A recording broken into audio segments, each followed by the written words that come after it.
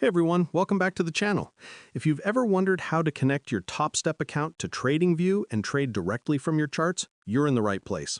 First, go to TradingView in your browser or app. If you don't have an account, create one, but being logged in helps.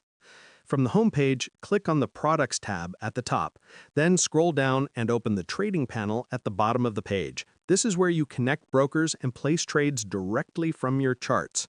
Click All Brokers to see the full list of supported brokers.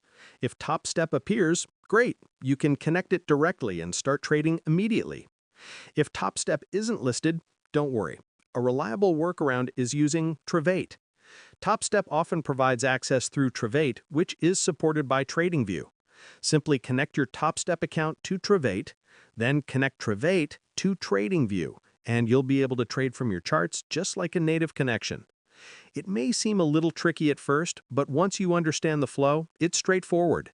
Thousands of traders use this setup every day to trade efficiently. If this guide helped you, hit that like button and subscribe for more step-by-step tutorials.